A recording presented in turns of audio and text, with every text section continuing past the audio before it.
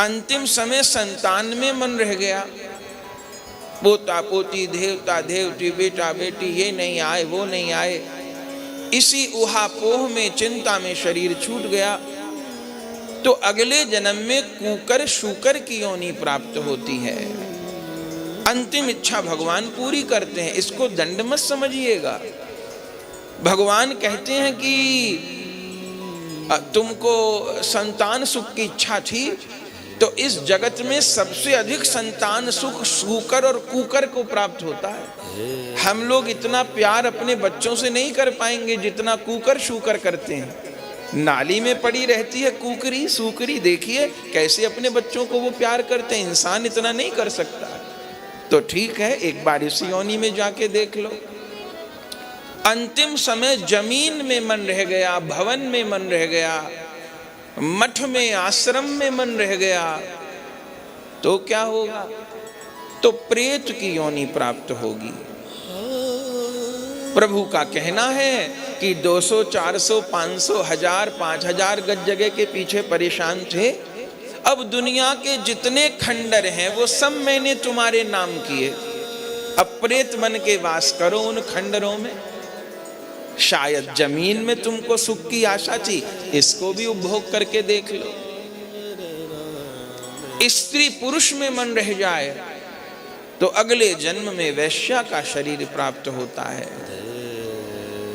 और अंतिम समय भगवान नाम मुख पे आ जाए, ओहो, नाम लेने से तर जाएगा, पार भव से उतर जाएगा। पर ये नाम मुख पे आएगा कैसे भैया? जब शरीर के स्वस्थ रहते जीवा को व्यसन लगा देंगे नाम का। इस जीवा से इतना नाम जपवाएंगे कि नाम जप के बिना ये जीवा रह नहीं पाएगी। अंतिम समय भगवान नाम मुख पे आ गया तो कहना क्या? अरे भगवान के रूप का ध्यान बन गया, वृंदावन याद आ गए, गंगा जी याद आ गई, गो माता याद आ गई, महापुरुष का स्मरण हो गया, कथा का स्मरण हो गया, कोई रामचरितमानस की चौपाई ध्यान में आ गई, कोई महापुरुष ध्यान में आ गए, बेड़ा पार हो जाएगा। अंतिम इच्छा भगवान अनेक गुना बढ़ाकर पूरी करते हैं। तो क्यों कूकर शूकर बने, क्यों प्रेत बने, क्यों सर्प बने, क्यों दुर्गति करें? ये मनुष्य शरीर तो गोविंद के धाम को पाने के लिए मिला था। उन्हीं का नाम, उन्हीं का रूप, उन्हीं की लीला, उन्हीं के धाम का आश्रय लेके स्मरण करके इस मरण धर्मा जगत को त्याग करके उस अविनाशी धाम को क्यों न प्राप्त करें? श्री बड़े बाबा जी महाराज अपने आचरण से, अपने वचनों से, अपने कीर्तन से महापुरुषों की यही तो रहनी है, आप तरे औरन को तारे। जो केवल स्वयं अपना तरण करे वो भक्त है, और जो अपने साथ अनेकों का तरण कर दे वो गुरु है, वो सदगुरु। आप असंख्य जीवों का तरण कर रहे हैं। कल हमने सुना गौर लीला का आस्वादन कर रहे हैं, और अब बड़े बाबा जुगल लीला का आस्वादन कर रहे हैं। दो नित्य लीलाएं हैं। हम महाप्रभु जी के चरणाश्रित वैष्णवों को दुगना सुख है। कभी प्रभु की गौर लीला का सुख लीजिए, कभी युगल लीला का सुख लीजिए। कल बड़े बाबा गौर लीला का आस्वादन किए, अब बड़े बाबा जी युगल लीला रस का आस्वादन कर रहे हैं। और हर लीला के आस्वादन में बाबा महाराज किसी को माध्यम बनाते हैं। जैसे शुकदेव जी के भीतर भागवत रूप गंगा पहले से थी, पर प्रवाहित कब हुई? जब कोई परीक्षित मिले। ठीक है ना? परीक्षित जी जैसा श्रोता न मिले अगर शुकदेव जी को, तो वो गंगा गंगोत्री में ही रह जाए, बहे ना। तो बड़े बाबा जी महाराज के असंख्य शिष्य हुए, जिनमें 3 प्रधान हैं। पहले नवद्वीप दास जी, जिनके विषय में कल हमने सुना, अभी भी प्रसंग उनका आएगा। उनके द्वारा बड़े बाबा जी महाराज जीवे दया का आदर्श उपस्थित कराए। पूज्य बड़े बाबा जी महाराज नवद्वीप धाम में बड़ाल घाट एक स्थान है, आज भी है। बड़े बाबा जी महाराज के शिक्षा गुरु गौर हरिदास जी का स्थान था। बाबा वहां रहते थे और प्रतिदिन नवद्वीप धाम की परिक्रमा करते थे। वैष्णव लोग साथ होते ही थे, बाबा कीर्तन करते हुए चलते थे। एक दिन ध्यान दिया, एक कुतिया बाबा के पीछे पीछे चलती है। पहले तो लगा ऐसे ही पशु लोग चलने लगते हैं, लेकिन 3, 4, 5 दिन तक लगातार नवद्वीप दास जी ने ध्यान दिया। नवद्वीप दास जी बड़े बाबा के ऐसे शिष्य थे जिनकी एक ही नियत थी, कैसे किसको गुरु महाराज से जोड़ दूं और उसका कल्याण करवा दूं। मनुष्य नहीं, पशु पक्षियों को देख के भी उनके प्राण रोते थे। कुत्ते बिल्ली को भी पकड़ के बाबा के पास ले आते थे, बाबा कृपा कर दो, एक बार इसके लिए महाप्रभु को प्रार्थना कर दो। आप जिसके लिए प्रार्थना कर दोगे ठाकुर जी उसको स्वीकार कर लेंगे। एक बार इसके लिए प्रार्थना। उनका पूरे दिन यही काम था। उनको जीवे दया का स्वरूप कहा गया है। जिसको देखना बाबा के पास पकड़ लाना, बाबा इसके लिए एक बार प्रार्थना कर दो। उनको विश्वास था कि बड़े बाबा जिसके लिए प्रार्थना कर देंगे उसी के अनंत जन्मों के अपराध को प्रभु क्षमा कर देंगे। तो आप परिक्रमा कर रहे थे, तो 4, 5, 6 दिन से नवद्वीप दास जी देख रहे थे कुतिया चलती थी। पहले तो लगा ऐसी चलती होगी, फिर ध्यान दिया तो क्या देखा कि बड़े बाबा जी महाराज जहां कीर्तन करते हैं रुक के, आगे बढ़ जाने पर वो कुतिया वहां लोटपोट होती है।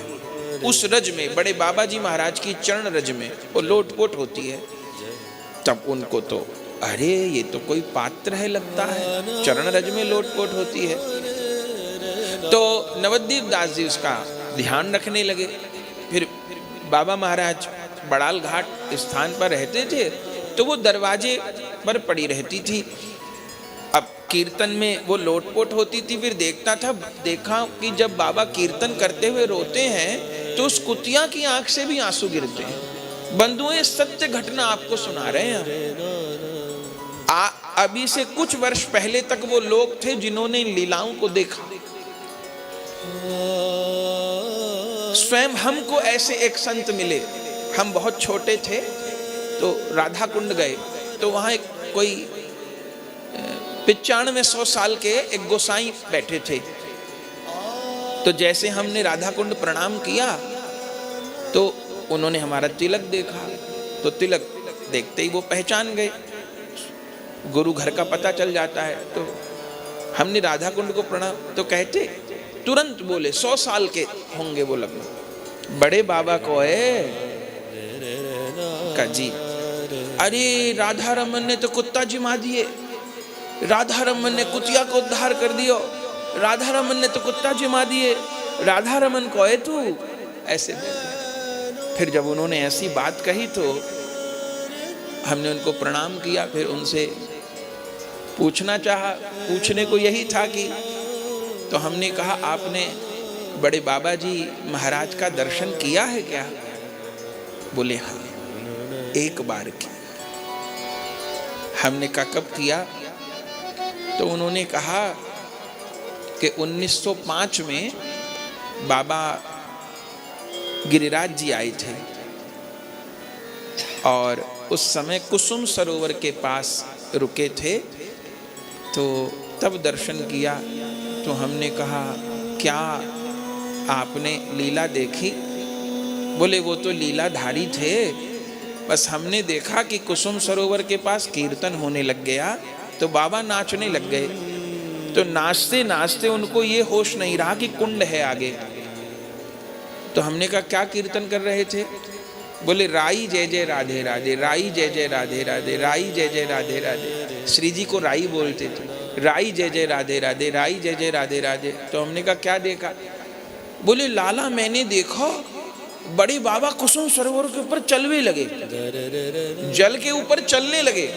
राई जय जय राधे राधे, राई जय जय राधे राधे, राई जय जय, ऐसा मैंने देखा। तो ये सत्य घटना है। कुछ वर्षों पहले तक वो लोग थे जिन्होंने इन लीलाओं को देखा। तो वो कुतिया दरवाजे पे रहती थी और बाबा जब रोते थे तो वो भी रोती थी। तो नवद्वीप दास जी उसका ध्यान रखने लगे और फिर उसको प्रसाद देने लग गए। रोटी वगैरह जो भोग बनता था उसके भी पत्तल लगाते थे, आदर से देते थे उसको। बंधुओं, वो कौन थी ये तो बड़े बाबा को ही पता होगा। जैसे सड़क पे लोग कुत्ते को कुछ भी डाल देते हैं, झूठा भी डाल देते, कुछ भी डाल देते, उसको बिना भोग लगी वस्तु देते थे तो वो कुतिया खाती नहीं थी। बिना भोग लगी वस्तु को कुतिया खाती नहीं थी। प्रसाद आता था तब। और अचंबा बताएं, एकादशी के दिन कुछ भी दे दो, कुच्ची मुंह नहीं लगाते। ऐसे बंदर हमने वृंदावन में देखे भैया। एकादशी को अन्न न खाने वाले बंदर देखे। एकादशी के दिन चना डाले, ब्रेड डाले, बिस्कुट डाले, नहीं खाए। कौन किस रूप में है ये तो महापुरुष लोग जान सकते हैं। तो एकादशी के दिन उसको कुछ भी डालो, नहीं खाए। निर्जल निराहा, बाबा भी निर्जल निराहा रहते थे, वो भी निर्जल निराहा रहती थी। अब तो वो भी एक सदस्य बन गई आश्रम की। तो बड़े उसको कुतिया जैसे बोलते थे, शरीर था। तो बाबा ने सबको मना किया कि अब कोई कुतिया नहीं कहेगा इनको। तो बाबा ने उनका नाम रख दिया भक्ति माँ। तो फिर सब लोग उनको भक्ति माँ ही बोलने लग गए। और वो भी फिर बाबा जहाँ जाते थे वहीं फिर बाबा ने उसकी व्यवस्था भी करा दी, वो वहाँ वो रहती थी। बंधुओं, एक दिन उसका अंतिम समय आया और दरवाजे पे रहती थी, अंदर तो नहीं आती थी, दरवाजे पे रहती थी। बाबा अंदर लेटे हुए थे। बाबा को पता चल गया। नवद्वीप दास से कही, अरे तेरी भक्ति माँ जाएगी, खोल कर ताल ले आओ।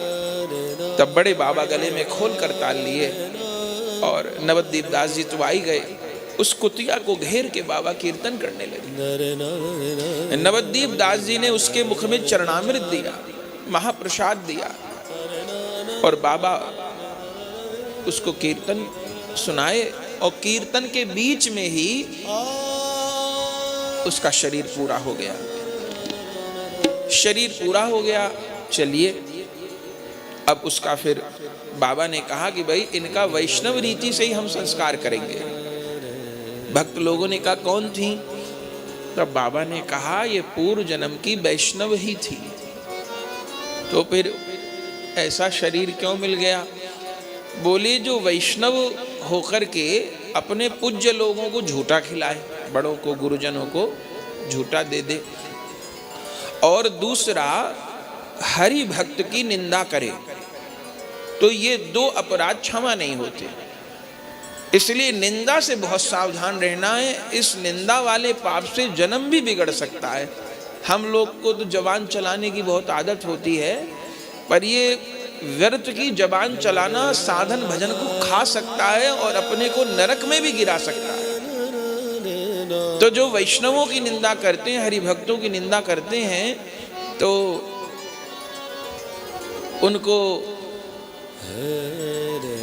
वो अपराध क्षमा नहीं होता। उसके लिए फिर एक बार योनि में गिरना पड़ता है। तो सबने कहा बाबा फिर भजन का क्या फल हुआ? बोले भजन का ये फल हुआ कि कुतिया तो बनी पर नवद्वीप धाम की बनी, ये भजन का फल। और भजन भी नष्ट नहीं होता।